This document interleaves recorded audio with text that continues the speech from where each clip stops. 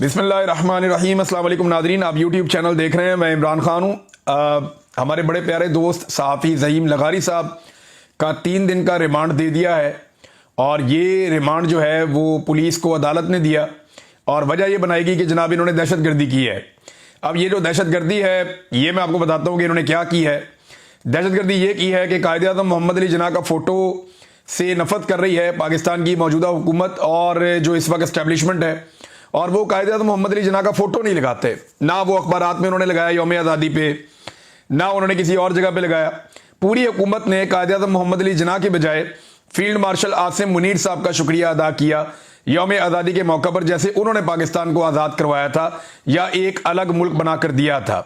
बानिए पाकिस्तान जैसे कि फील्ड मार्शल आसिम मुनीर साहब हैं, तो वो सारा शुक्रिया इधर अदा हो रहा था।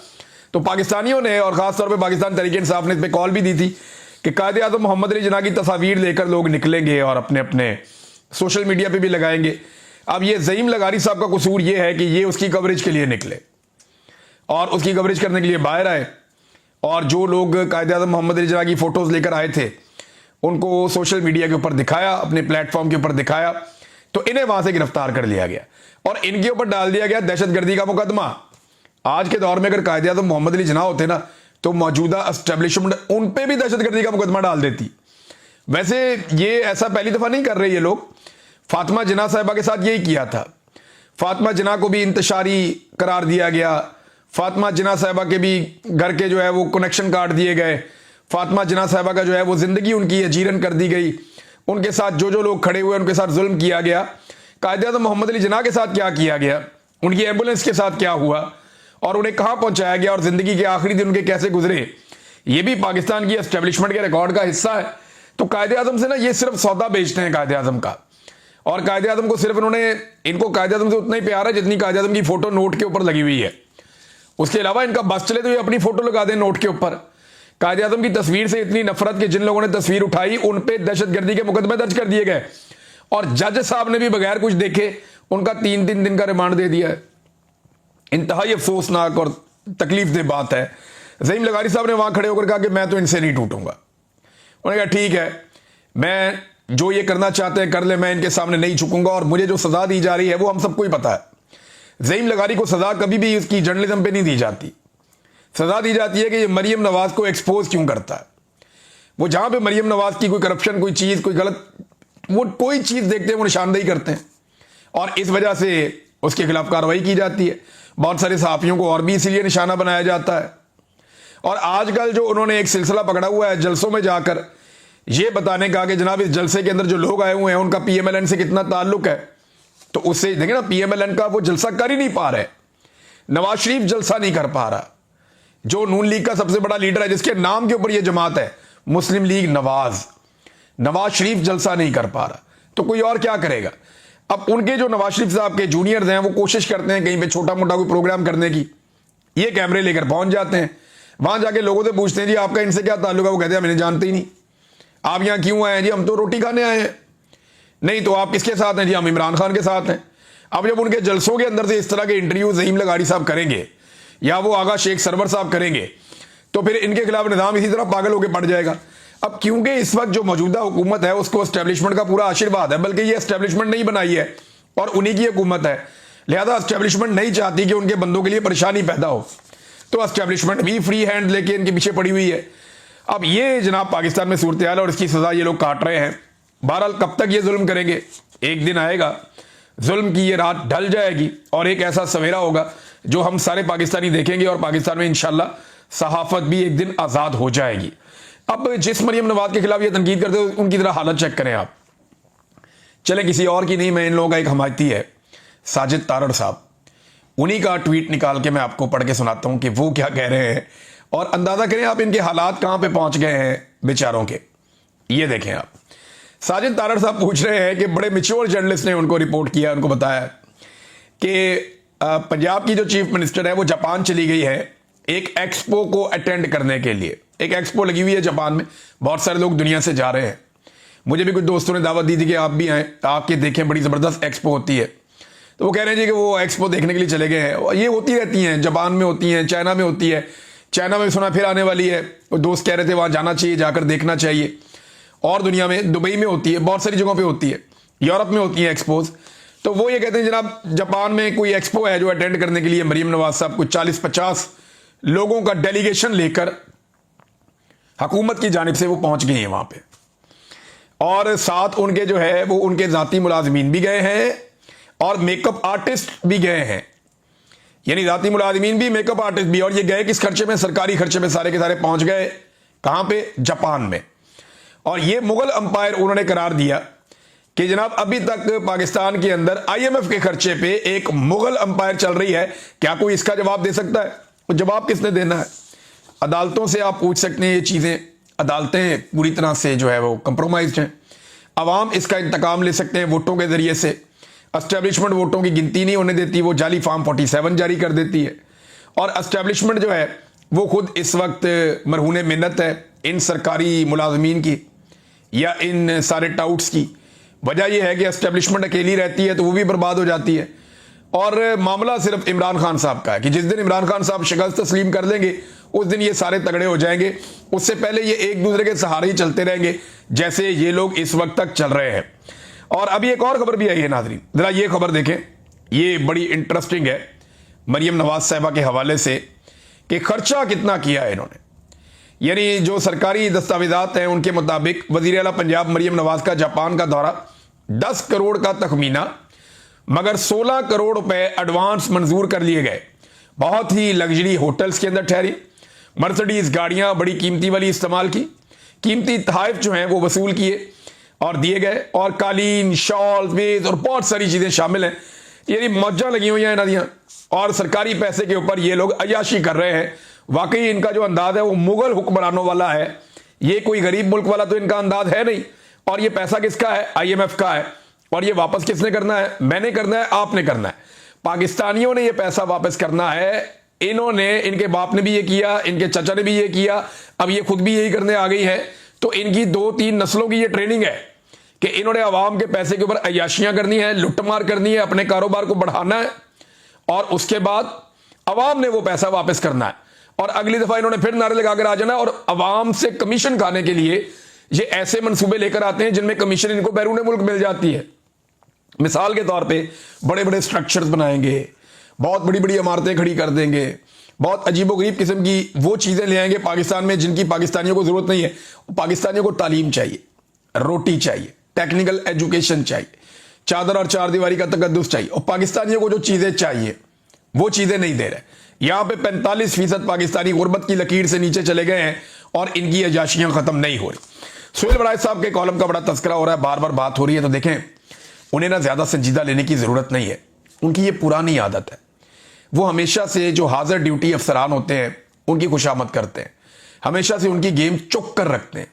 जो भी जर्नैल इस वक्त मौजूद होगा इक्तदार में, सुहेल बड़ाई साहब का फेवरेट होगा, और वो उसके लिए नहायत ही बाअदब और बड़े शानदार अल्फाज उसको हमेशा वो खराज तहसीन पेश करेंगे। लेकिन जब कोई जर्नैल रिटायर हो जाता है तो उसके बारे में कुछ बातें करके वो अपने आप को इनकलाबी भी साबित कर देते हैं।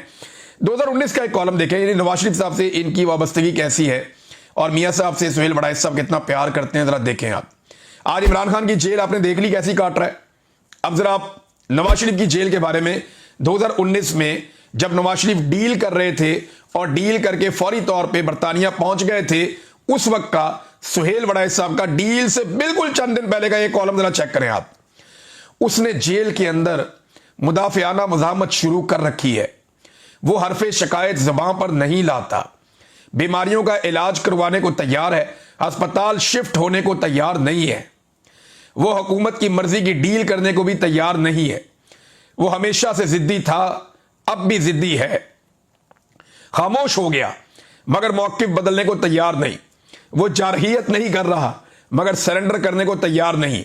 वो ताहाल जीत नहीं सका मगर वो शिकस्त तस्लीम करने को तैयार नहीं। ये जनाब 2019 में सुहेल बड़ाई साहब ने जमीन आसमान के खिलाफे नवाज शरीफ साहब के मिलाए हुए थे। अस्पताल नहीं जाएगा, नवाज शरीफ साहब अस्पताल पहुंच गए, पूरा टब्बर अस्पताल पहुंच गया उनका। बाहर ख्वाजा आसिफ कहते हैं 100 बंदा नहीं आता नवाज शरीफ को देखने के लिए। तो ये नवाज शरीफ साहब की लाहौर में हालत थी। फिर वो कहते हैं अस्पताल शिफ्ट होने को तैयार नहीं, वो अस्पताल शिफ्ट भी हो गया।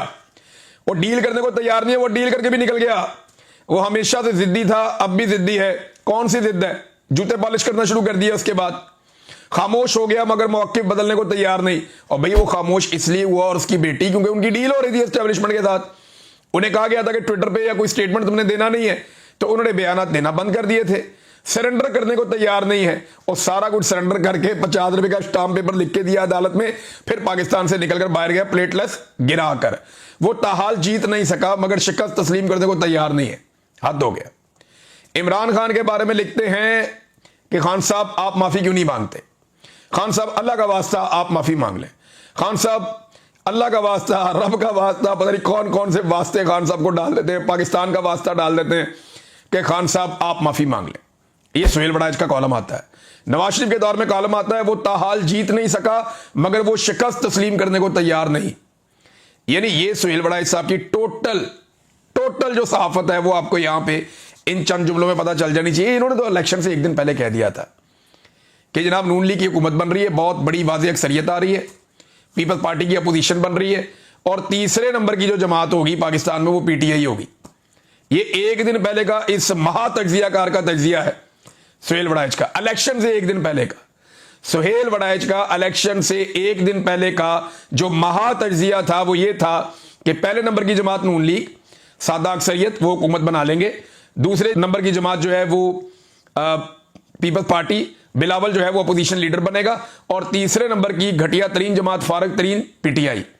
अगले दिन लोगों ने वो लितरॉल की अगले दिन लोगों ने कि पाकिस्तान की सबसे बड़ी वाज़ेह अक्सरियत के साथ, 2/3 अक्सरियत के साथ अवाम ने वोट डालकर पाकिस्तान तहरीक इंसाफ को जितवा दिया। फिर इनके मालिकों ने इतनी धांधली की कि टका के धांधली करने के बावजूद पाकिस्तान तहरीक इंसाफ को फिर भी ये 90 सीटों से नीचे नहीं ला सके और फिर भी पाकिस्तान तहरीक इंसाफ कौमी असेंबली में सबसे बड़ी जमात बनकर गई। ये तो इनका टोटल तज्जिया या औकात है। और ये इतनी इधर उधर ऐवानों के अंदर बैठ के वजीर आजम के साथ फोटो ले लिया, इसके जहाज में फिर लिया, उसके हेलीकॉप्टर में बैठ गए, उसके पास नाश्ता कर लिया, उसके पास खाना खा लिया, रात का खाना वहां पे तय वहां पे खा लिया, फलाने ने मुफ्त टिकट दे दिया, फलां जगह पे ट्रेवल कर लिया। ये इतनी सहाफत है बस। ना इन्हें अवाम का पता है, ना इनका अवाम की पल्स के ऊपर हाथ है, इनको किसी बात का आइडिया नहीं है। इन्होंने मौजे पता क्यों किए हैं? इसलिए कि जब इन्होंने जर्नलिज्म शुरू किया ना तब बहुत सारे लोग सहाफत में आए ही नहीं थे, लोगों को आइडिया ही नहीं था उस वक्त। और जब नौजवान सहाफत में आए वो लोग जिन्होंने सच्चाई का सामना किया और सच्चाई को बयान करना शुरू किया, तो इन जैसे लोग जो हैं बहुत बुरी तरह एक्सपोज हो गए। नाज़रीन, एक स्टेटमेंट आया, डॉक्टर उस्मान जो जबरी तौर पे लापता हो गया था अगस्त के दूसरे हफ्ते में, अब अगस्त के तीसरे हफ्ते में उसका स्टेटमेंट आया। एक एतराफ़ी बयान है जिसमें वो ये कह रहा है कि उसने आला तालीम याफ्ता होने के बावजूद दहशतगर्दों की सहूलतकारी की है और ये रास्ता चुना है। फिर उसने 2-3 वाक़यात भी बताए। फिर कायद-ए-आज़म यूनिवर्सिटी में, पेशावर यूनिवर्सिटी में वो पढ़ा है, 18वें ग्रेड का लेक्चरर है। लेकिन चंद सवालात यहाँ पैदा होते हैं। एक तो ये है कि अगर ये बंदा दहशतगर्दों की सहूलतकारी कर रहा है तो भाई कानून के मुताबिक गिरफ्तार करो ना, अदालत के अंदर पेश करो ना, अदालत के अंदर जाकर ये बंदा स्टेटमेंट दे। ये क्या तरीका है कि अदालत के अंदर वो बंदा पेश हुआ नहीं, मीडिया को पहले एक वीडियो जारी कर दी और वज़ीर आला ने उसके ऊपर एक प्रेस कॉन्फ्रेंस भी कर दी। मामला यह है कि किसी भी शख्स को आप जबरी तौर पे लापता करें तो उससे जो मर्जी स्क्रिप्ट आप पढ़वा लें। अब अगर आप वो वीडियो देखें तो उसके अंदर एडिटिंग भी है। अगर इस आदमी ने वाकई ये सारा कुछ इस तरह हुआ है तो मीडिया को बुला के सामने बैठाते कि जनाब आए और बैठे। इन्होंने एहसानुल्लाह एहसान का एक इंटरव्यू करवाया था ना सलीम साफी से, तो मैंने ISPR से कहा जी मेरा भी एक इंटरव्यू करवाएं, तो उसके बाद उन्होंने फोन सुनना बंद कर दिया उस बंदे ने जो इंटरव्यू करवा रहा था। उन्हें नहीं, इमरान भी हम करवाते हैं आपका, लेकिन फिर उसके बाद पता चला एक दिन कि एहसानुल्लाह एहसान साहब चले गए हैं, कहीं चले ही गए हैं। तो ये जनाब फिक्स मैच ऐसा लगता है करते हैं। जबरी तौर पे लापता करना किसी सूरत भी कोई ऑप्शन हो ही नहीं सकता। जबरी गुमशुदगी, एक आदमी को जबरी तौर पे लापता कर दिया। मिसाल के तौर पे थोड़ा अर्सा पहले हमने वीडियो देखी जहां पे पाक फौज के कुछ ऑफिसर पकड़े गए थे, तो वो वही कुछ बोल रहे थे ना जो उनको वहां पे दहशतगर्द कह रहे थे। वो तो दहशतगर्दों के खिलाफ कोई बात नहीं कर रहे थे, बल्कि वो बातें कर रहे थे जो दहशतगर्द सुनना चाहते थे या कहलवाना चाहते थे। तो अगर कोई आदमी किसी जबरी तौर पे लापता हो जाए या इलीगल डिटेंशन में हो, किसी के पास जबरी तौर पे उसे गुमशुदा किया गया हो, तो उसका जो स्टेटमेंट आए उसकी वो कानूनी हैसियत नहीं होती। कानूनी हैसियत उस चीज की होती है जो कानून के मुताबिक चीजें होंगी। भी इसको हमने गिरफ्तार किया था, ये कानूनी तौर पे इसकी गिरफ्तारी है। उसके बाद हमने फलां फलां हकायक चेक किए थे, इससे फलां फलां चीज हमने बरामद कर ली है। मजीद काम हमने ये करना है, हम इसको अदालत में पेश कर रहे हैं, इस बंदे का अदालत में स्टेटमेंट ले लिया जाए। ये तो है कानूनी तरीका। अब गैर कानूनी तरीके से आप करेंगे तो आप जितना मर्जी अच्छा काम भी करेंगे उसके अंदर भी महंगे डल जाएगी, और डलनी भी चाहिए, क्योंकि जो काम कानूनी जवाब नहीं रखता उसको आप कोई भी अहमियत नहीं दे सकते। नाज़रीन, इमरान खान साहब का केस जो है वो कल सुबह 9 बजे लगेगा और सुप्रीम कोर्ट ऑफ पाकिस्तान में लगेगा। 9 मई के हवाले से उनका केस लगेगा। पाकिस्तान तहरीक इंसाफ के जो वकला हैं उनका एक बड़ा इम्तिहान है कि वो इमरान खान साहब के केस को कैसे अदालत के सामने रखते हैं। यहाँ पे झूठे गवाह हैं, यहाँ पे एक मेज के नीचे छुपा हुआ है, कोई सोफे के नीचे, कोई पर्दे के पीछे, ये किस तरह के गवाह है ये सारा मामला। बल्कि मैं ये बार बार कहता हूं कि वो टेबल उठाएं, सुप्रीम कोर्ट ऑफ पाकिस्तान लेकर जाएं और याह्या अफरीदी के सामने रख दें कि जनाब बताएं, ये गवाह को बुला के उसे कहें टेबल के नीचे छुप के दिखाए, इस टेबल के नीचे गवाह को घुसा के दिखाएं, आप हमें पूछें याह्या अफरीदी साहब से। तो याह्या अफरीदी साहब सुन रहे हैं, जस्टिस मोहम्मद शफी सिद्दीकी साहब सुन रहे हैं, जस्टिस मियां गुल हसन औरंगजेब साहब सुन रहे हैं, और ये 9 मई के मुकदमात का केस है इमरान खान साहब का, सुबह लगा हुआ है अदालत में। अब तक तो बहुत नाइंसाफी हुई है, देखते हैं सुप्रीम कोर्ट ऑफ पाकिस्तान इस नाइंसाफी को कैसे जारी रख सकती है। 9 मई का जो एक जालिमाना फैसला है वो मैं आपके सामने रखता हूं, ये जरा नाजरीन फैसला चेक करें आप। 9 मई का मुकदमा 103/2023 का तहरीरी फैसला जो जारी हुआ, उसमें एजाज चौधरी साहब ने 7 गवाह पेश किए, 7 गवाह पेश किए, मगर अदालत ने यह कहकर गवाहियां रद्द कर दी कि गवाह पाकिस्तान तहरीक इंसाफ के हैं। भाई पाकिस्तान तहरीक इंसाफ के हैं तो क्या वो पाकिस्तानी नहीं है? क्या पाकिस्तान तहरीक इंसाफ के हैं तो वो मुसलमान नहीं है?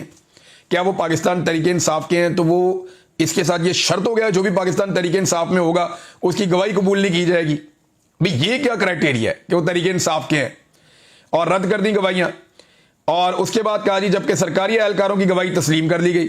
भाई वो भी तो सरकार के हैं ना, सरकार मुद्दई है, तो सरकार की गवाही भी आप ना माने कि जनाब ये आपके ताल्लुक वाले हैं, ये तनख्वाह ले रहे हैं आपसे, लिहाजा इनकी गवाही हम नहीं मानते।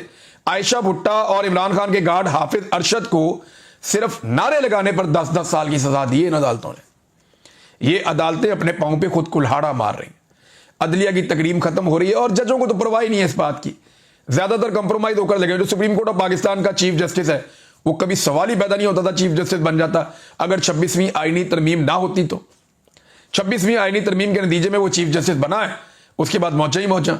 अब जितने जज ज्यादातर बिठाए गए हैं वो सारे के सारे इस सिस्टम के बेनिफिशियरी हैं और वो सिस्टम को वापस डिलीवर भी कर रहे हैं। नाजरीन, एक वीडियो में देख रहा था, पाकिस्तान तहरीक इंसाफ के एक कारकुन हैं, उनका नाम है असलम बशीर। उनके घर से 14 अगस्त की एक वीडियो आई है और उसके बाद एक छोटी सी बच्ची है उनकी, पुलिस ने छापा मारा, सारी चीजें तोड़ दी, तबाही फेर दी घर के अंदर। वो छोटी सी बच्ची की मैंने बातें सुनी है, मैं हिलकर रह गया हूं। आप यकीन करें कि उस बच्ची ने जितने हौसले के साथ, यानी बड़े बड़े सियासतदानों में इतना हौसला नहीं होता, बड़े बड़े लोगों की चीखें निकल जाती हैं। जो घर के मनाजिर मैंने देखे, उसके बाद उस बच्ची की बात सुनी और जो अज़म और हौसला मैंने उस बच्ची का देखा, ये पाकिस्तान की एस्टेब्लिशमेंट को समझ ही नहीं आ रही कि उनके साथ क्या हो रहा है। उन्हें पहली मर्तबा मैंने कहा था कि आपको टक्कर के लोग मिले हैं, और मुझे भी अंदाजा नहीं था कि ये इस कदर सख्त जान लोग हैं। उस बच्ची की बातें सुनने के बाद अगर एस्टेब्लिशमेंट को आप ये बातें सुनाए ना तो उन्हें खौफ आना चाहिए कि पाकिस्तान कहां पहुंच गया है और पाकिस्तानी उनके बारे में क्या सोचते हैं। बड़े बड़े लोगों को मैंने देखा, लेकिन इतना हौसला नहीं था जितना इस बच्ची ने बात करते हुए सबूत दिया, हिम्मत का, जवामर्दी का, और वो डटकर खड़ी अपने मौकिफ के ऊपर। और उसका पूरा घर तोड़ा हुआ है, उसकी वालदा को धमकियां लगाई, खवातीन के साथ वहां बदतमीजी की पुलिस ने और बच्चों के साथ बदतमीजी की, लेकिन इसके बावजूद बच्चों का हौसला आप देखें कि वो कैसे खड़े। और पाकिस्तान पे जो नमूने मुसल्लत किए गए हैं उनके हवाले से एक बड़ी इंटरेस्टिंग चीज आई। गिलानी का बेटा हैदर गिलानी, अली हैदर गिलानी, उसका नाज़रीन जरा आप स्टेटमेंट चेक करें। ये स्टेटमेंट आप सुनेंगे तो आप हैरान हो जाएंगे। ये अली हैदर गिलानी है, यूसुफ रज़ा गिलानी का बेटा।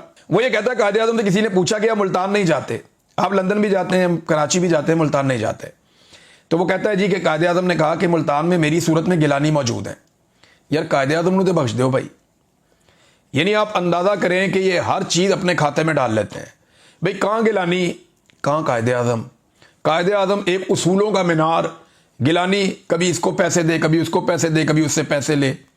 एक बच्चा इनका फिडरेन के केस में था, वालिद जो है वो एक हार लेके चले गए थे। और इसके अलावा आप ये भी देखें ना कि एक बेटा जो है वो अरकान असेंबली को, उसकी वीडियो मौजूद है, वो पैसा बांट रहा है और उनसे वोट खरीद रहा है। कि हमारा बाप जो है वो सेनेटर बन जाए। तो ये कहाँ गिलानी, कहाँ कायदे आजम, खुदा का नाम लें। अब तारीख को मसक करते करते अब तारीखी शख्सियात के ऊपर भी इन्होंने अटैक कर दिया है। और हालात पाकिस्तान में नाज़रीन ये है कि इस वक्त मुल्की तारीख में पहली मरतबा 50% कपास की फैक्ट्रियां गैर फाल या बंद हो चुकी हैं। वजह यह है कि रुई फरोख्त नहीं हो रही, और इसकी एक सबसे बड़ी वजह क्लाइमेट चेंज है, क्योंकि बारिशें बड़ी बेवक्त हो रही हैं, बहुत अजीब तरीके से हो रही हैं। उसकी वजह से आपकी रुई की फसल बहुत मुतासिर हुई है। पहले ही पाकिस्तान में कपास की बहुत शॉर्टेज है, लगातार इसकी पैदावार कम हो रही है, और क्लाइमेट चेंज की वजह से एक और बड़ा नुकसान हुआ है, जबकि गवर्नमेंट के पास इन चीज़ों से निपटने का किसी किस्म का कोई सलूशन नहीं है। पंजाब हुकूमत की हालत यह है कि मरियम नवाज साहबा योकोहामा हॉल, ये एक है योकोहामा टाउन हॉल, वहां पे गए दौरा करने के लिए कि देखें वहां पे जिद्दत जो है उसको हम पाकिस्तान में लेकर आए। और भाई जापान दुनिया से 50 साल आगे चल रहा है, वो यूरोप से आगे चल रहा है, अब जापान ही पहुंच गए सीधा कि आपने पाकिस्तान को जापान बनाना है। वहां पे उनकी तरफ से 3 बंदे थे और इनकी तरफ से दर्जनों बंदे थे। मरियम नवाज के वफद में दर्जनों लोग थे, और वहां जो योकोहामा हॉल है उनकी जानिब से सिर्फ 3 लोग थे। अब यहां से आपको पता चलना चाहिए कि कौमें बनती कैसे हैं। उन्हें आइडिया है कि भाई जितना काम है उतने लोग जाएं, ये यहां से खर्चे करके जनाब भर के पूरी बारात लेकर पहुंचे हुए हैं जापान में सैर सपाटे के ऊपर। हैरत होती है वैसे मुझे। नाज़रीन बाकी खबरें आपके साथ अगले वीलॉग में शेयर करता हूं। अब तक के लिए इतनी, अपना ख्याल रखिएगा, अपने चैनल का भी। अल्लाह हाफ़िज़।